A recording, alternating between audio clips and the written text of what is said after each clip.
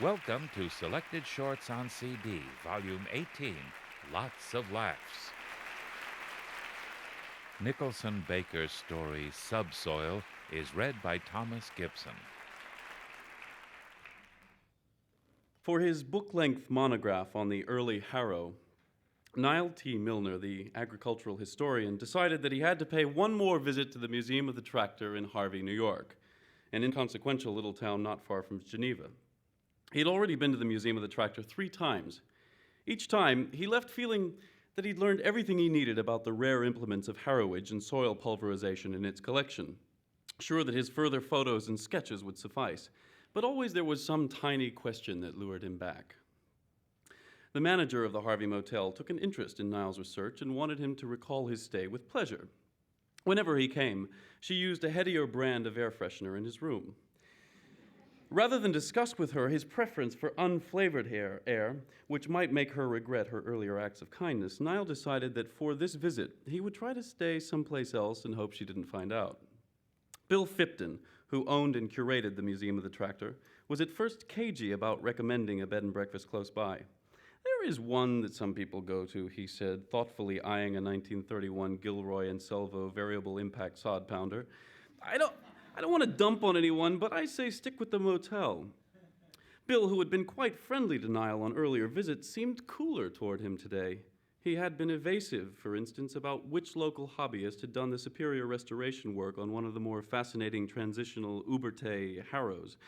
Niall got the sense that Bill, who had a habit of doing something muscular with his tongue before he said anything, apparently to reseat his dental plate, was perhaps beginning to resent how closely Niall was scrutinizing the collection. "Please," Niall insisted, I really need to branch out." "The Tates," said Bill reluctantly. "They'll give you a room." He gave Niall the address. "It won't be cheap, and keep an eye open there. I've heard some stories, but they're supposed to make an interesting soup." Mrs. Tate led Niall up the stairs and down a narrow hall hung with 3 tiny black and white photographs of sliced mushrooms. A cotton runner striped in purple and black ran down the middle of the hall. She opened a door. "This is a surprise," said Niall, taking it all in. He gestured at a tall, tubular brown vase with a single black branch gnarling artily out of it. "It's so spare. I expected cutesy curtains and ruffled bedskirts." "We are not exactly of Harvey," Mrs. Tate said. She was nearly 50, with an attractive, prematurely ravaged neck and an expensive haircut. A bit of what seemed to be a tattoo, possibly the tail of something, peeped out past the unbuttoned neck of her silvery linen shirt. "But we do love the town." "Oh, well, me too," said Niall. "The tractors draw me here, as usual. Where tractors are, I must go. But I've grown very fond of Main Street and that sad little chamber of commerce." "And what about dinner?" said Mrs. Tate. "Do you offer a dinner package?" Niall asked. "We could see what we have on hand." "I've heard high tidings of soup," Niall said. "Ah," said Mrs. Tate, coming alive. "Is that what you like?" Niall said he would, very much, being a soup person, if it wasn't too much trouble. Mrs. Tate left him to settle in. He took off his shoes and scattered his new farm machinery sketches on the bed. His monograph was taking far too long to finish. 3 years was excessive, even for a subject as far-reaching as his. Niall was disorganized, a trait surprising in a man so short, and he was having exciting insights now about the evolution of rotary hoe blades and diggers, which he later realized were not new to him, ones that he'd written down in a state of euphoria and lost in his briefcase and forgotten. So much of what he knew was only in his head, unfortunately, and his head couldn't always be depended on. Driving to Harvey, he had briefly wondered whether, were he to die suddenly right then, he would have lived his life, not merely as an agricultural historian, but even as a human being, entirely in vain. He'd seen it happen recently with the late Raymond Purdy, who'd also known a great deal about early silos, more than anyone else on earth. When Purdy was suffocated that muggy April afternoon under 3 tons of raw soy, everyone in Niall's circle had expected at least a partial manuscript to come to light, but sadly, the history of silage had all been in Ray Purdy's head. "This is the last research trip I'll make," said Niall sternly to himself. "From now on, synthesis, exclusion, and sequential paragraphs." A faint smell of furniture wax, and underneath it, of something earthy and wholesome, cheered him. This bed and breakfast in a Greek revival house with 7 thin columns in front was much better for morale than the well-intentioned instant headache of Harvey Motel's air freshener. Maybe the town disparaged the Tates just because the Tates had taste. The room was furnished with extreme, almost oppressive care. The bureau was an ornamentally incised Eastlake-style artifact with a large pair of mother-of-pearl wings inlaid in one side. The bed bore puzzling, ovoid knobs about the size of ostrich eggs on its headboard and footboard. 5 tiny safe deposit box keys hung next to a tarnished mirror as decoration. Niall peered closely at the surface of the wall, fascinated by the stippled effect the Tates had achieved. They appeared to have flung or slapped around lengths of thin rope dipped in cinnamon-colored paint. Risky, Niall felt, but it worked. Only one pillow was made into the bed, an arrangement that momentarily concerned him since he always slept with a second between his legs for comfort, having sensitive knees. But in the closet, 3 spares were neatly shelved. Good, no need to bring up matters of menage with the somewhat intimidating Mrs. Tate. Above the pillows, on the highest closet shelf, Niall noticed a ziggurat of old children's games. There was a game called Mr. Ree and period Monopoly and Parcheesi boxes, and there was also the obvious treasure of the collection, an old Mr. Potato Head kit. "Ho!" he cried, gingerly sliding it from its place on the shelf and carrying it to the bed. He'd played Mr. Potato Head a few times as a child, back in the days before child safety, when you used a real baking potato and you stabbed the facial features fitted with sharp points into it. The joy of the old game came in imposing the stock nose and ear and eyepieces on the unique Gothic shape of a real potato, man and nature in concert, the encrustation of the mechanical upon the organic, or however it was that Bergson defined laughter. The modern Mr. Potato Head, which included an artificial base potato with holes, was, Niall felt, a mistake. Now you merely joined bought plastic to bought plastic in various fixed permutations. Why continue the affectation of a potato at all? He pulled the lid slowly off the box, feeling the air slip in to fill the increasing volume. And then he had a nasty shock. Fully prepared for a quick, happy poof of nostalgia, needing it, in fact, since he was more than a little discouraged by the progress of his research, he was instead confronted by something unpleasant, and even for a moment at least, outright frightening. A real potato, or a former potato, a now dead potato, still rested within the box. The last person who had played with the set had carelessly left the face he had created inside, with its proptotic yellow eyes and enormous red-lipped, toothy, Milton burlesque smile still stabbed in place, and over time, how long Niall didn't want to guess, the potato's flesh had shrunk to a wizened leer of agonized supplication or self-mockery, while it had grown 7 long, unhealthy sprouts that had curved and wandered around their paper chamber, feeling softly for the earth hole they never found. They resembled sparse hair and gastrointestinal parasites and certain weedy, wormy albino things that live underwater. Niall looked on them with disgust. Hurriedly, he replaced the top and stuffed the box away in the closet again. He rested for a moment on the bed, blinking regularly. The expression on the Mr. Potato Head intruded itself several times into his imagination. Mummified, it had seemed, but conscious, in a state of sentient misery. The really disturbing thing was that despite its appliqué grin and hefty comic nose, it had, Niall felt, looked at him with a fixed intent to do him harm. The apparent animosity, though he could discount it as a trick of decomposition, bothered Niall. He'd never been hated by a potato. From downstairs came the cheerful eruption of a blender. Mrs. Tate held a low green bowl over the table, waiting for Niall to remove his politely clasped hands from the placemat.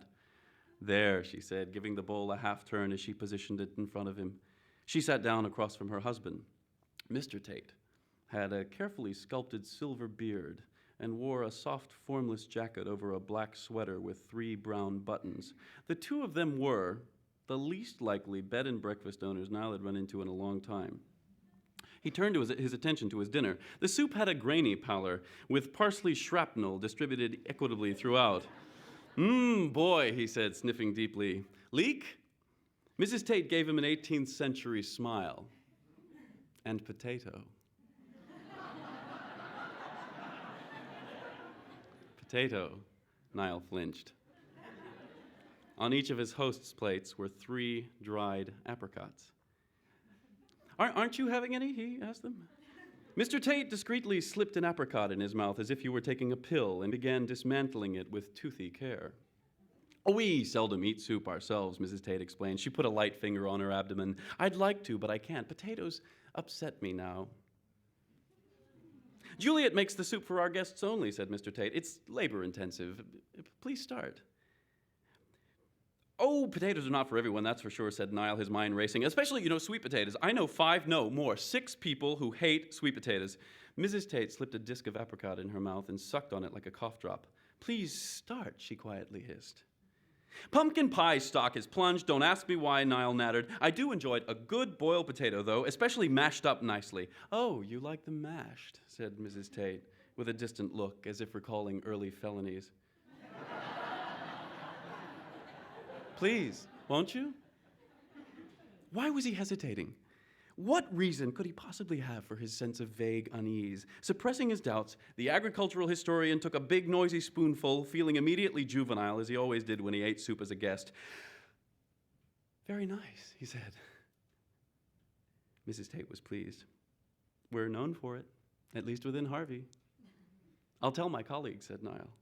By the time he had accepted his second bowl, Niall's doubts and suspicions were altogether gone, and the Tates, who'd been keyed up at first, seemed to relax completely as well. They drank wine and ate their dried fruits and asked Niall informed questions about his field. When he determined that the term rear power takeoff, as applied to the tractor, was not entirely new to them, he grew animated and confessional. As he described his work, he began to think that it was, though obviously influenced, as who could not be, by the insights of Chatterton Goff, Paul U. Selding, and M.J. French, something well worth finishing. He found himself describing to the Tates his recent fears. He sketched the story of Purdy and the terrible soy suffocation, from which the history of spouted beds and other fermentational mechanisms might never fully recover. "I'm feeling unusually mortal at the moment," Niall was finally drawn to say, wiping his mouth and sitting back. His hosts were arranged in casual poses. Slightly more of Mrs. Tate's tattoo was visible. It now looked like part of a vine, perhaps, rather than a lizard's tail. "If I were Keats," Niall went on, and thankfully I'm not, cough, cough, "I would be making every attempt to use the word glean in a sonnet." I hope your stay here will help," said Mrs. Tate, carefully. "Oh, yes, well, although," hesitating briefly, Niall decided that he would probably trust the Tates more if he just went ahead and told them. "An oddly upsetting thing happened in my room just before you called me down. I probably shouldn't have, but I took a quick peek inside the Mr. Potato Head box in the closet." "You opened the box," said Mr. Tate, leaning forward. "I'm a Curious George sort of person," Niall explained. "It's the historian in me. Well, there was this highly unattractive dead potato in there. Not good." Mrs. Tate looked thoughtful. "Douglas Grebe was the one who saw that set last, if I remember right," she said. "He was here visiting the Museum of the Tractor, too, from the University of somewhere. Illinois, was it, Carl?" "Oh, Grebe," said Niall, waving dismissively, "a controversial figure, not universally liked. Well, his potato head has not aged well, and it scared the starch out of me, frankly." Mrs. Tate rose and removed the plates. "Come with me," she said, and led Niall into the green-trimmed kitchen. 2 Yixing teapots in the shape of cabbages were arranged to the right of the vintage porcelain sink. Mrs. Tate bent and opened all the beautifully mitered doors to the cabinets under the counter. In the shadows were 3 rotating storage carousels. Crowded on the round shelves were dozens of silent potatoes. Some were dark brown, some were deep red, some had eyes that looked like bicuspids, some had sprouted and evidently had their sprouts clipped off. A few were extraordinarily large. A smell of earth and rhizomes and of things below consciousness pervaded the room. Niall made a whistle of amazement. Then he said, "1 or 2 of those larger gentlemen do not look particularly recent." "The secret to a good earth apple soup," explained Mr. Tate, squeezing his wife's arm, "is to age the ingredients." Niall sent his sensibility on a little stomach check and then quickly recalled it. All seemed well.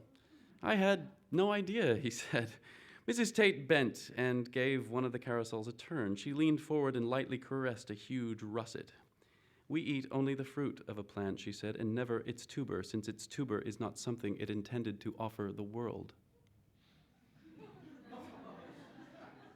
"But," Niall said, indicating the gleaming components of the blender which were upended in the black dish strainer, the blender blade sat drying like a blown rose. You made the soup." "It was our pleasure," said Mrs. Tate. "It was for you." She closed all but one of the doors to the potato cabinets and turned off the light. The only illumination in the room now came from a small bulb within the oven. "At this time of evening, we generally watch Nick at Night," Mr. Tate said, escorting Niall into the front hall. Oh, thanks. I think I'll head up. I've got some more notes that I should expand." "While the Tractor Museum is still fresh in your mind," said Mrs. Tate. "Exactly," said Niall. He waved a cheerful goodnight to his hosts and ascended the stairs, humming. But as he walked down the narrow hallway, paying no notice to the riven mushrooms, he suddenly thought, why did Mrs. Tate use that particular word, that fresh? And could those be potato prints of some kind on the walls of his room? Niall had difficulty getting to sleep that night. The Tates had kindly provided some light reading on a shelf by the bed. Niall got through a short Wilkie Collins story and half of a longer Sheridan Le Fanu. He liked being mildly frightened by fiction when he was uneasy, in fact. When he turned out the light, waiting for sleep to come, he was visited by the memory of the now sinister-seeming black rectangle of the half-open kitchen cabinet downstairs. Why hadn't Mrs. Tate closed the last cabinet door? This was like trying to fall asleep after you remembered that you'd left a radio on in the basement, he thought. And the sheer size of some of those potatoes she'd shown him, they were phenomenal, unnatural, boulders of carbohydrate. Finally, he was able to worm his way into a fairly satisfactory half-sleep by imagining himself tearing up large, damp pieces of corrugated cardboard. He woke some hours later feeling sorry for a minor engineer named Shelby Hemper Fairchild, whose career had been cut short in the early 30s by the unfortunate inhalation of a cotton ball. Fairchild, and not Edward Lyriel, as some wrongly asserted, developed Bleedman and Company's famous gutter snipe, an erratic but groundbreaking turf flail and trencher. Without moving, Niall worked his unpillowed eyeball so as to take in as much of the room as he could. Moonlight furbished the brown cylindrical floor vase and its gnarled branch, as well as an aquarium bibelot in the shape of a ruined arch on his bedside table. He felt strange suspicions and recalled the kitchen cabinet. Big, hostile, pocked things were waiting in there. That cabinet door was open. Wouldn't it be a good idea just to nip quickly downstairs and close it himself? Clearly, he wasn't going to sleep properly until this state of affairs was resolved. Pulling the pillow from between his legs, he put on his paper slippers, hospital wear salvaged from an appendectomy performed several years earlier, and made his way in the half-light toward the door, where he discovered something. A long, glimmering white sprout with violet accents, a lengthy potato sprout by all indications, had grown through the keyhole.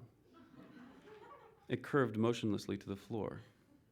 Perplexed, on the verge of being horrified, he glanced at his watch more to steady himself than to check the time. The notion that this sprout had grown its way out of the kitchen cabinet, originating in one of those prodigies of mass storage downstairs, and that it had then worked its way slowly up to him all while he slept, disturbed Niall exceedingly. His watch claimed it was almost 3. "Hello?" he called softly in case someone or something was on the other side of the door. There was no answer. Closer up, the feeler appeared harmless. He touched it quickly, testingly. It was cold and didn't move. He grasped it. He wound it around his trembling finger. He pulled. The soft, unchlorophylled plant flesh gave way against the metal edge of the keyhole, making a tiny rending sound. Carefully, Niall fed the broken mystery frond back out under the doorway. "Out you go," he whispered. He waited for some time, listening. "We have scotched the snake, not killed it," he thought to himself, drawing comfort from the scrap of pentameter. And then, reminded that he had some Scotch tape in his briefcase, he carefully sealed the keyhole. The sensation of the sticky tape on his fingers left him feeling almost brave. It was time to confront the hall. He turned the knob and peered tentatively out. The long, pale petitioner with the torn end receded kinklessly from his doorway into the shadows along the black and purple runner. Niall tiptoed along it to the head of the stairway and looked down, craning his neck to determine the chute's route up the stairs. What he then saw, as his gaze penetrated the grainy obscurity of the front hall, made a terror gong go off in his mind. A dozen or more sinuous emissaries from the kitchen, similar to the first, were just turning the corner from the dining room and beginning to climb toward him. "Good gravy," he gasped, hot-footing it back to his room. "They're out to get me." He slid the bolt and tried to think. The proliferating sprouts, though he suspected that they were up to no good, were none too strong, judging by the one that he'd held. They couldn't push their way past the taped-up keyhole, but he had to take reasonable measures to protect himself. If he stuffed something under the door, he theorized, these hellish hawsers would never find him. He took off his pajama bottoms and wedged them into the space between the door and the floor. Immediately, he felt much better. No, they were not strong sprouts. They were not robust. They were attenuated and colorless and slow and soft. That was what he didn't like about them. In fact, that and that they seemed in their blind, tentative way to want to find him. 10 minutes went by, 12. Niall craved to know how fast they were growing, if they were growing at all. Maybe they had withdrawn. Maybe they were already at the top of the stairs. Did they grow only while he slept? In that case, he had to stay awake all night. A watch pot never boils. Or else, were they already nudging gently against the pajama bottom buffer? And if so, would such insistent pushings finally dislodge it entirely? He wheeled around, looking for some backup. A drawer. One of the big, heavy lower drawers from the ornamental bureau. He seized its two handles and pulled. Again, he heard a soft rending sound, louder this time. The drawer was not empty. Inside was a plastic sack of enormous aging Valley Star potatoes, the biggest Niall had ever seen. Through the ventilation holes of the plastic had grown a horror whirl of intertwining white shoots and root hairs. Some of the shoots bore new, radish-sized dark tubers. The upper surface of the conjoined growth was flat like a Jackson Pollock, having encountered the plane of the drawer above. Freed and slightly injured, the bureau's brood now began to awaken. Niall stared for an instant at their sullen stirrings. Then he reverse salaamed, barking once with shock and revulsion. When he moved, his ankle bone made contact with something more yielding than an electrical cord. He glanced down. A gap in the baseboard molding had allowed entrance to more questing feelers from downstairs. There seemed to be some wispy activity at the window. Something was floating up through a loose floorboard. Niall stamped on the board, severing the fiendish sucker. Grabbing his briefcase, he backed slowly across the room. "Mr. and Mrs. Tate?" he quavered. There was no answer. Sensing his movements and his noise, the sallow Stollins began a languorous, low creep toward him. He could see them move now. "No, you're disgusting," he cried, flicking at them with his fingers. His back bumped against the closet door. "I'm doomed," he thought.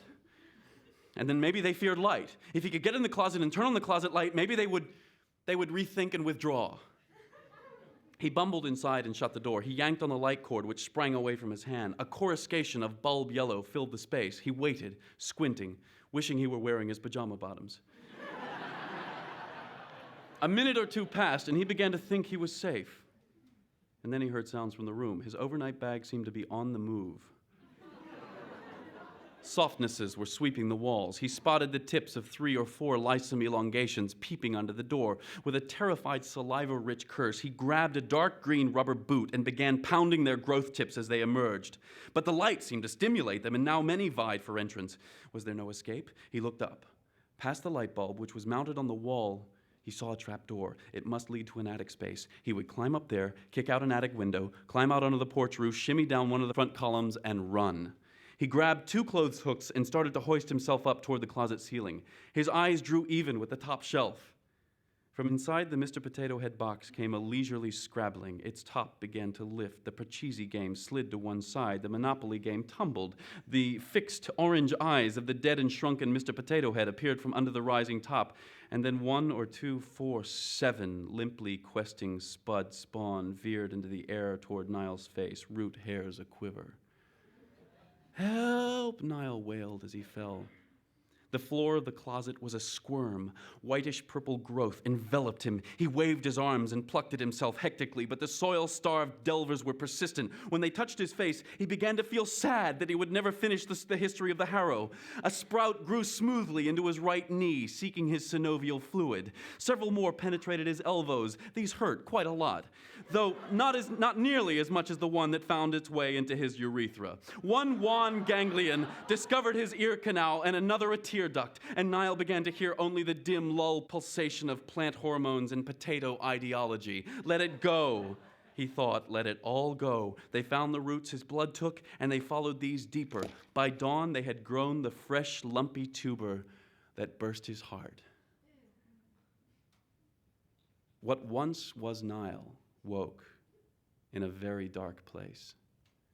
Many Krebs cycles had passed. Many more would pass. He felt himself being slowly turned. His fellows were dozing by the dozen near him. A child's voice was saying, "That one, that big one." He was lifted and cradled in a child's gentle hand. His vision wasn't working properly. He saw several different views of the world.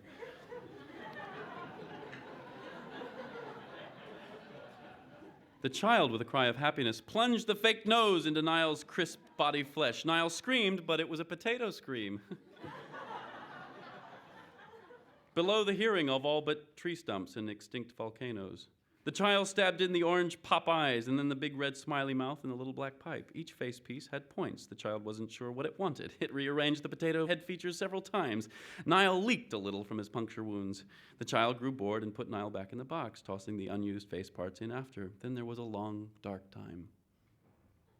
He felt himself shrinking, and the shrinking was agony. He forgot what he'd known. He began to know only what potatoes know. He sensed the changes of geothermic pressure. He heard the Earth's slow resentments. He exhausted himself doing the only thing he could do, which was trying to send out underground shoots to form more potatoes like himself.